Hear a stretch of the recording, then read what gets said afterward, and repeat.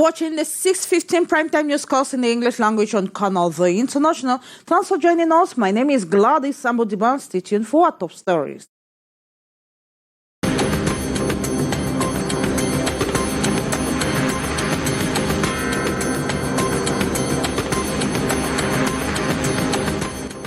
Rapid increase in population and irresponsible citizenry is an obstacle to the attainment of sustainable cities in Cameroon. A two-day workshop bringing together researchers, professionals, and local development stakeholders have agreed making research findings available to decision makers is key in transforming lives in Cameroon. And a new application, Transdoc, aimed at fighting against fake registration documents, is now available at the Ministry of Transport. The application, according to transport officials, will help eradicate fraud and corruption and modernize and secure the transport documents.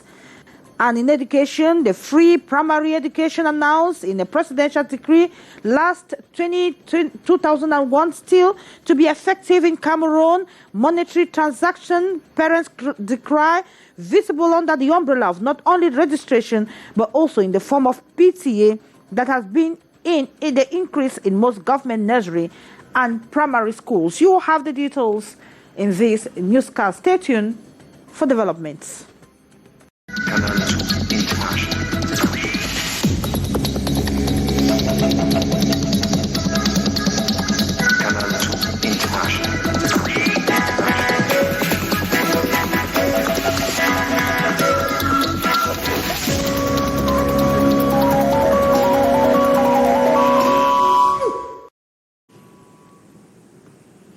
Good evening once again, and thanks for joining us on the news and Canal, the International.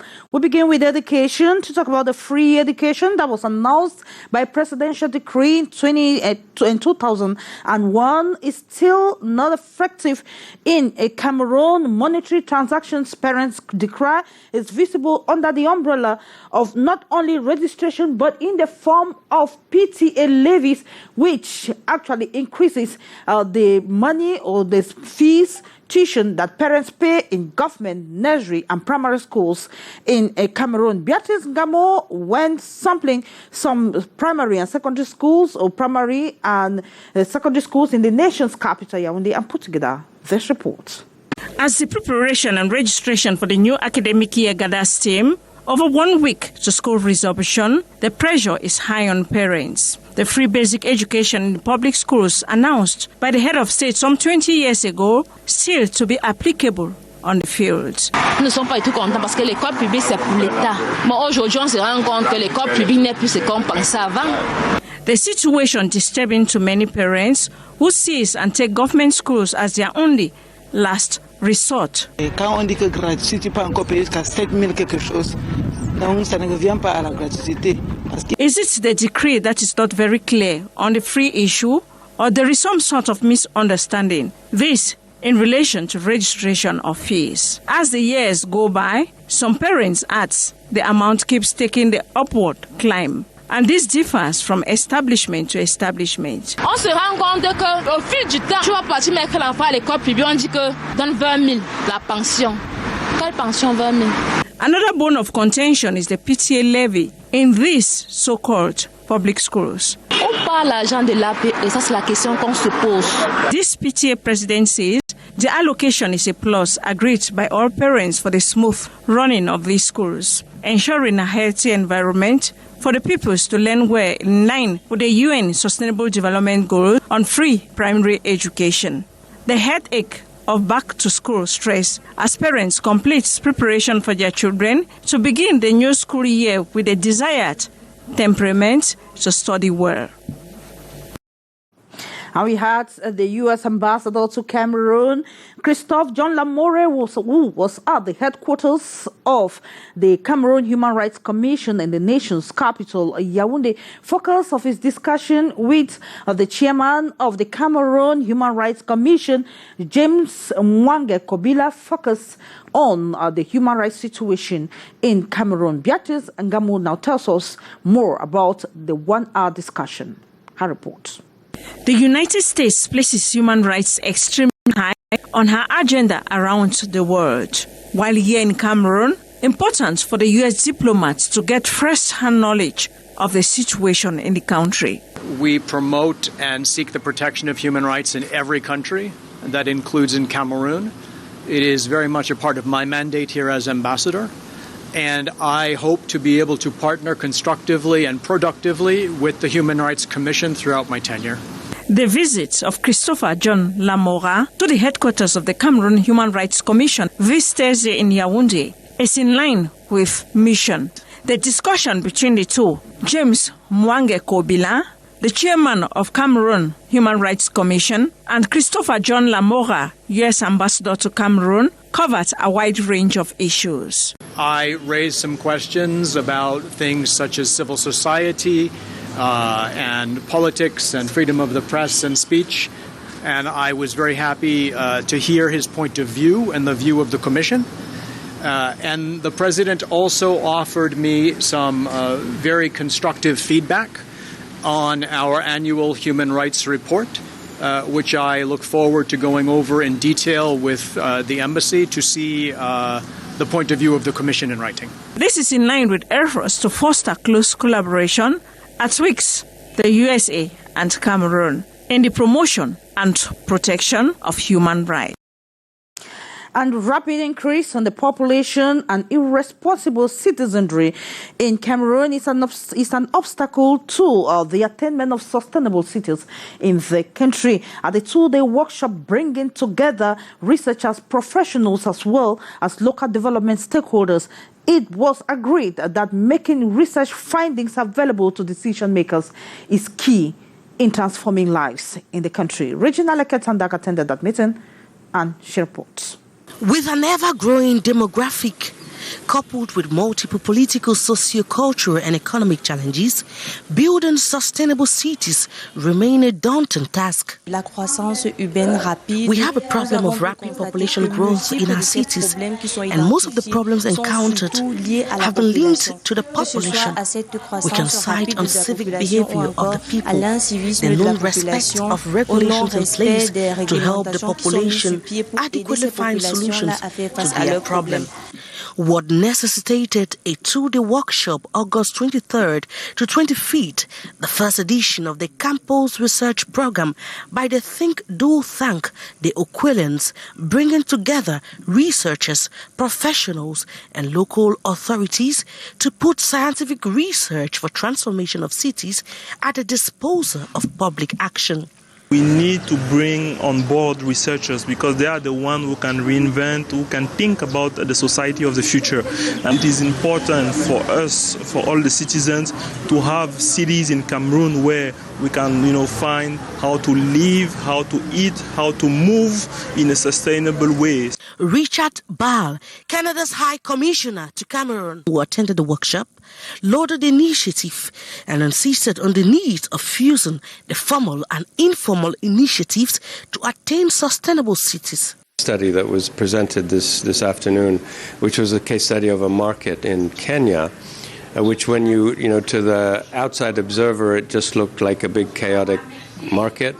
But the case study showed how much organization there was behind that market, both formal organization and informal organization. So I think one of the lessons that everybody learned from that was the importance of not ignoring the informal.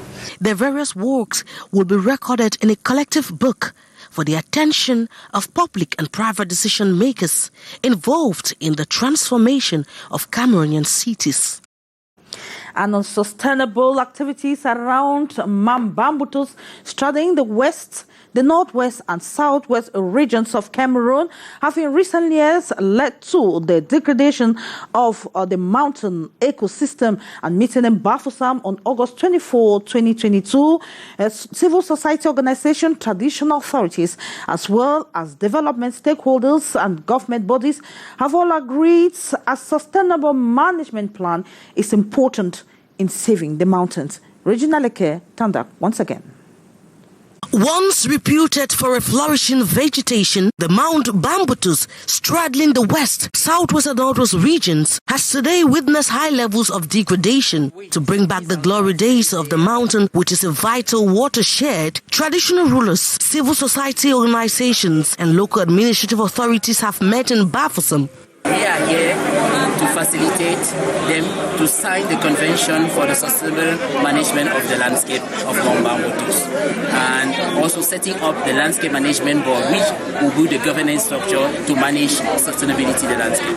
Several changes will be effected at different levels. At the level of policy, there will be a change. At the level of actions on the field, at the frontline actions, for example, it has considered all the interventions, those who intervene along the value chain.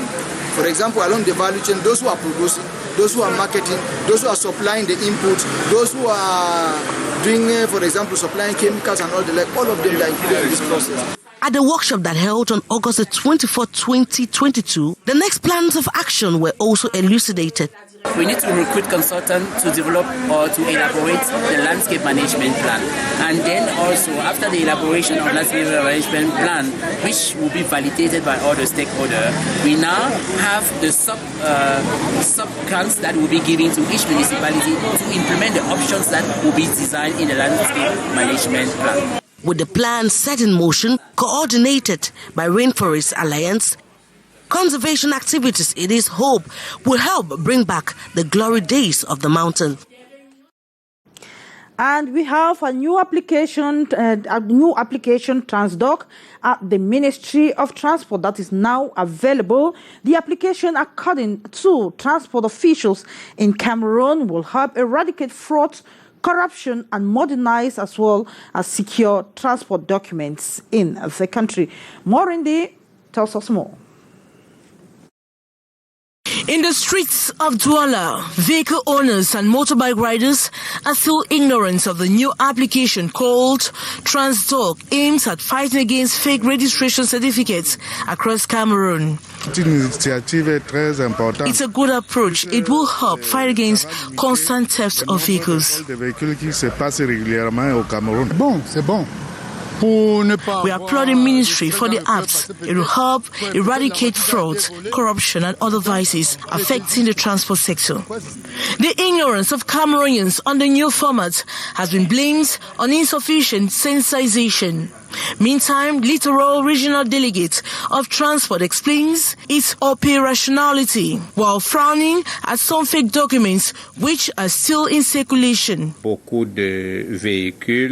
A lot of vehicles circulate with fake immatriculation documents. It was high time the Ministry of Transport put in place an application that could fight against frauds. Road users have the possibility of checking the authenticity of the documents with the use of the phone or laptop. You go through the website, the matriculation number and every other information comes out. But if the matriculation document does not correspond to that of the vehicle, then it's fake. No sanctions have been fixed yet for defaulters, but security officers will constantly be afield for controls and seizure of fake documents aims at limiting fraud and corruption. The Minister of Transport, through a press release signed August 19, 2022, reiterates the need of modernizing and securing transport documents. It should be noted the transport sector in Cameroon is noted for corruption, fraud, and trafficking of fake documents such as driver's license and vehicle registration documents.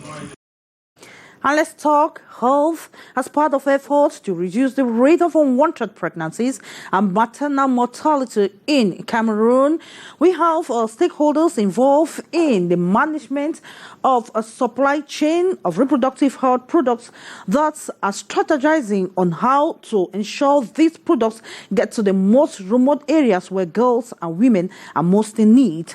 They say large consignments of these products get expired before they reach their destinations, and this leads to significant loss. Details in the following report. 1.2 million women use modern methods of contraception in Cameroon. Amongst them, 19% are married women. These allegedly avert at least 430,000 unintended pregnancies, 119,000 unsafe abortions, and prevent 1,800 maternal deaths annually. Unmet needs for family planning remains preoccupying, yet products and commodities intended to prevent unwanted pregnancies do not reach the most remote corners where maternity services, women and girls are constantly in need due to poor supply chain services. We have different family planning methods as concerns specifically reproductive health that we're talking about. They are there at the regional funds, and they come through Sename, which is the national distributor, through a distribution plan usually established by the Department of Family Health. That is like DSF. We have Jadel that are used to distribute. We have Microgignon, Microlut that are oral contraceptive that the different clients used to come to Sename and purchase it. To prevent loss and ensure these products get to the right quarters in Cameroon, main actors in the supply chain of reproductive inputs in the country are meeting in Douala to upgrade skills on how to secure reproductive health products, most of which get expired or damaged in stores or warehouses. We have some products that expire in the warehouses. And sometimes people do not know how many quantity they can order for the population. So we are here to train them, to give them the capacity to estimate the needs of the contraceptive methods that the population needs, and also to manage the stock of these commodities with regard of, I can say, the norms, the procedures. According to the United Nations Sexual and Reproductive Health Agency, family planning is critical in achieving the Sustainable Development Goal number 1 to end poverty and central to women's empowerment and sustainable development.